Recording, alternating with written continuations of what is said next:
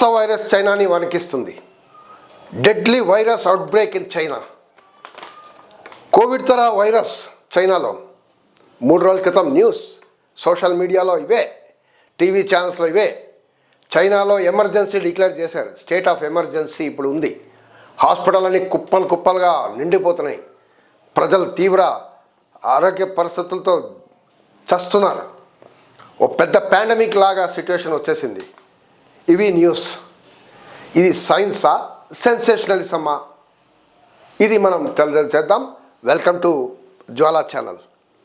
అసలు హెచ్ఎంపివి ఈ వైరస్, దీని గురించి అందరూ తెలిసి ఉంటారు. ఇప్పుడు హ్యూమన్ మెటా న్యూమో వైరస్, ఈ శ్వాస సంబంధించింది. 2001లో స్టార్ట్ అయింది. ఈ వైరస్ అనేది గుర్తించబడింది నెదర్లాండ్స్లో. యూరోప్, అమెరికాలో ఇవన్నీ కామన్ ఉన్నాయి. ఇండియాలో కూడా ఉన్నాయి. 20 సంవత్సరాల నుంచి ఇండియాలో కూడా ఉంది ఈ virus. Under 14 age, above 65 age వాళ్ళని కొంచెం ఎక్కువ ఎఫెక్ట్ అవుతుంది. ఇమ్యూనిటీ లేని వాళ్ళని ఎఫెక్ట్ అవుతుంది. ఇది హెచ్ఎంపివి వైరస్ ఇది. కానీ టీవీ ఛానల్స్ ఏం చేస్తున్నాయంటే సోషల్ మీడియా ఆధారిత, దే ఆర్ కోటింగ్ సోషల్ మీడియాలో వస్తుంది అని చెప్పి టీవీ ఛానల్స్ ప్రచారం చేస్తున్నాయి. National media also. ఈ నేషనల్ మీడియా ప్రచారం చేస్తే అవి కోట్ చేస్తూ వాట్సాప్లలో చూడండి, నేషనల్ మీడియా కూడా ప్రచారం చేస్తుంది. అంటే ఎంత కరెక్టో న్యూస్. అంటే చైనా నుండి వార్తలు చూద్దాం మనం. ఇవి ఏంటి దీని గురించి? డాక్టర్ గంగేశ్వరన్, ఆయన అక్కడ డాక్టర్, చైనాలో డాక్టర్. ఆయన ఏం చెప్తున్నాడు? ఇన్స్టాగ్రామ్లో ఆయన వీడియో ఇచ్చాడు. ఆయన పోస్ట్ చూడండి ఏం చెప్తున్నాడు. బాబు ఇది 90% ఫేక్ న్యూస్ అంటున్నాడు ఆయన. ఇలాంటిది లేదు అంటున్నాడు. ఈ himself is a doctor. Road మీద నిలబడ్డాడు. ఇంకో ఆయన చూడండి, ఆయన ఏం చెప్తాడు? అరే ఏ క్యా బక్వాస్ అంటున్నాడు ఆయన. भाई हमने सुना है कि चाइना में कोई कोविड आ गया भाई, कोई नए तरीके का कुछ हो गया। भाई किससे सुना है? पहले तो मुझे बताओ ये सुना किससे है? मुझे भी दिन में 50 लोगों ने पाकिस्तान से भेज दिया कि भाई चाइना में कोविड आ गया।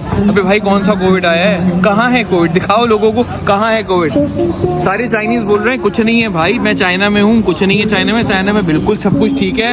लोगों के कारोबार वैसे ही पूरी दुनिया में बर्बाद है। वैसे लोग डरे में मजीद लोगों को मत डराएं भाई। ये फॉल्स खबरें फैला के लोगों को मजीद टेंशन में मत डालें। चाइना में सब कुछ अप टू डेट है, सब कुछ परफेक्ट है। ये नॉर्मल सा फ्लू है जो पूरी दुनिया में होता है, यहाँ भी चल रहा है।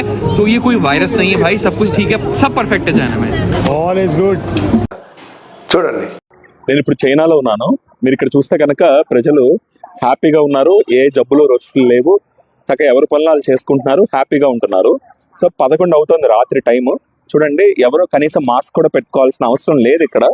ఇదంతా కూడా మన మీడియాలో వస్తున్న వార్తలన్నీ ఏంటంటే నాకు చాలా ఆశ్చర్యంగా అనిపిస్తుంది. సో పక్క దేశంలో ఏదో అయిపోతుందని ఒక వార్త సృష్టించుకుని దాంట్లో టైం పాస్ చేసే మనం మన దేశంలో ఏం జరుగుతుందా అని కనీసమైన ఆలోచన చేయలేకపోతుంది మన సమాజం.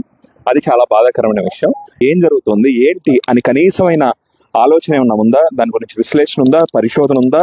దానికి ఏమైనా పరిష్కారాలు ఉన్నాయా? ప్రజారోగ్యం గురించి ఏమాత్రం కూడా ఏమీ లేకుండా మనం ఏంటయ్యా అంటే చైనాలో దాచేస్తున్నారు. సో ఇక్కడంతా సిస్టమ్ అంతా కూడా ఆర్గనైజర్ గా ఉంటుంది.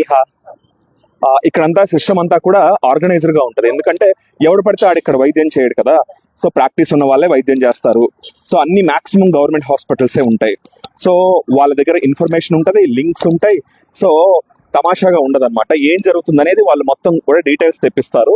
సో ఈ సీజన్ లో ఏ రకమైన నిమోనియాలు ఎన్ని వస్తున్నాయి ఏంటనేది వాళ్ళు పూర్తి వివరాలు తీసుకుంటారు. మనకు మళ్ళీ ఇట్లా వదిలేరు. వాళ్ళు ప్రజారోగ్యాన్ని గాలికి వదిలేశారు ఈ దేశం. అసలు కోవిడ్ లో ఈ దేశంలో వచ్చింది, కోవిడ్ ఈ దేశంలోనే వచ్చింది. కానీ చాలా విచిత్రమైన విషయం ఏంటంటే ఇక్కడ కేవలం 25-30 మంది మాత్రమే చనిపోయారు కరోనాతో. మన దేశంలో అఫీషియల్ గా 5 లక్షల మంది చనిపోయినా కూడా అన్అఫీషియల్ గా 50 లక్షల మంది చనిపోయి ఉంటారు. పిఐబి నుంచి వార్త, హెల్త్ మినిస్ట్రీ స్టేట్మెంట్ని మనం ఇది చూడండి. అది కూడా ఏం చెప్పింది? దిస్ దర్ ప్యానిక్ అవ్వాల్సిన అవసరం లేదు. ఇది ఇండియాలో ఈ వైరస్ ఉంది, జాగ్రత్తలు తీసుకోండి అనేది చెప్పారు. ఈ పిఐబిలో గవర్నమెంట్ ఆఫ్ ఇండియా స్టేట్మెంట్, అది authority.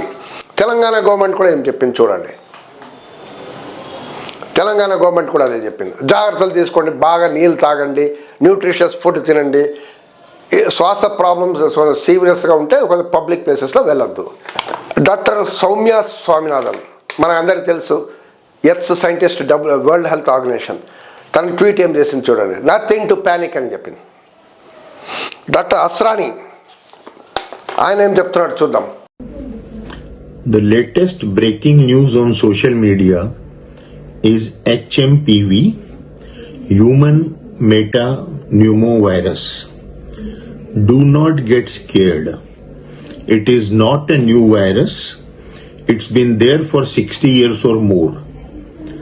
It causes both upper and lower respiratory infections. There is no active treatment. Usually it gets corrected on its own.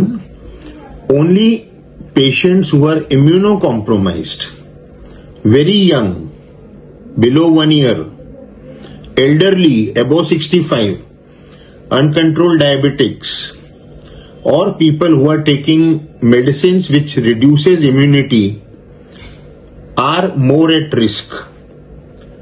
There is absolutely no specific treatment available. If you get a cold cough, make sure you're drinking enough water, having good nutrition, fruits, salads, soups, etc., and visit a doctor. Do not panic. China is facing a new health crisis, a new disease outbreak.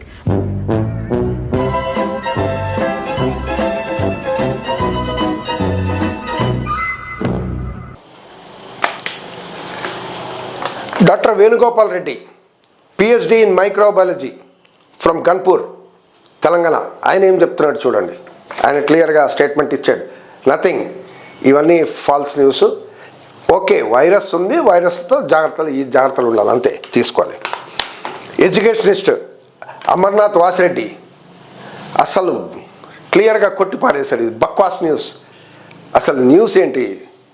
ఓ న్యూస్లో ఒక ఆధారం ఉండాలి కదా. అంటే హైదరాబాద్లో అంటారు కదా, చీలుడితో బైన్సుడి, ఆ టైప్ ఇది కనపడుతుంది. ఇప్పుడు మొదలు పెడతారేమో ప్లేట్ కొట్టుడు, దీపాలు వెలిగించడం, హెచ్ఎంపీవి గో గో అని చెప్తే వెళ్ళిపోతుంది అని మొదలు పెడతారేమో ప్రచారం. ఇన్ఫర్మేషన్ కాదు, మిస్ఇన్ఫర్మేషన్ చేస్తున్నాం, ప్రజల్ని ప్యానిక్ సిచ్యువేషన్ తీసుకురావడం. ఇది ఎంత దారుణం చూడండి. They should educate the public, educate the people, not create panic. ఒక పెద్ద ప్రముఖ హిందీ ఛానల్ గత సంవత్సరాలు, కొన్ని సంవత్సరాల క్రితం ప్రతి సంవత్సరం 2 సార్లు 1 జనవరి నుంచి ప్రభుత్వ ఉద్యోగుల రిటైర్మెంట్ వయస్సు 62 పెరిగిపోతుంది అని ప్రచారం చేసేది. ఏం ఆధారం?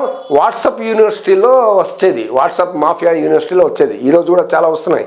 దానిపైన ఓ రోజు ఇంకోసారి ఓ వీడియో చేస్తాం. ఇవన్నీ క్రియేట్ చేస్తే 62 ఇయర్స్ అని ప్రకటించేస్తుంది. అసలు ప్రభుత్వంలో అలాంటి ప్రాసెస్సే లేదు. ప్రభుత్వం కూడా క్లారిఫై చేసింది. కానీ ఎవ్రీ ఇయర్ మళ్ళీ అలాంటివి వస్తూనే ఉంటాయి. అంటే ఇలా మిస్ఇన్ఫర్మేషన్ క్రియేట్ చేయడం, ప్రజల్లో భ్రమలు భయభ్రాంతులు చేయడం అనేది ఒక కామన్ అయిపోయింది ఇండియాలో. అదే రకంగా ఇవన్నీ టీఆర్పీ కోసం. అంటే ఇలాంటిది ఏదో వేస్తే టీఆర్పీ, ప్రజలందరూ TV channels, social media, YouTube, number of subscribers, viewers, డబ్బులు సంపాదించడం.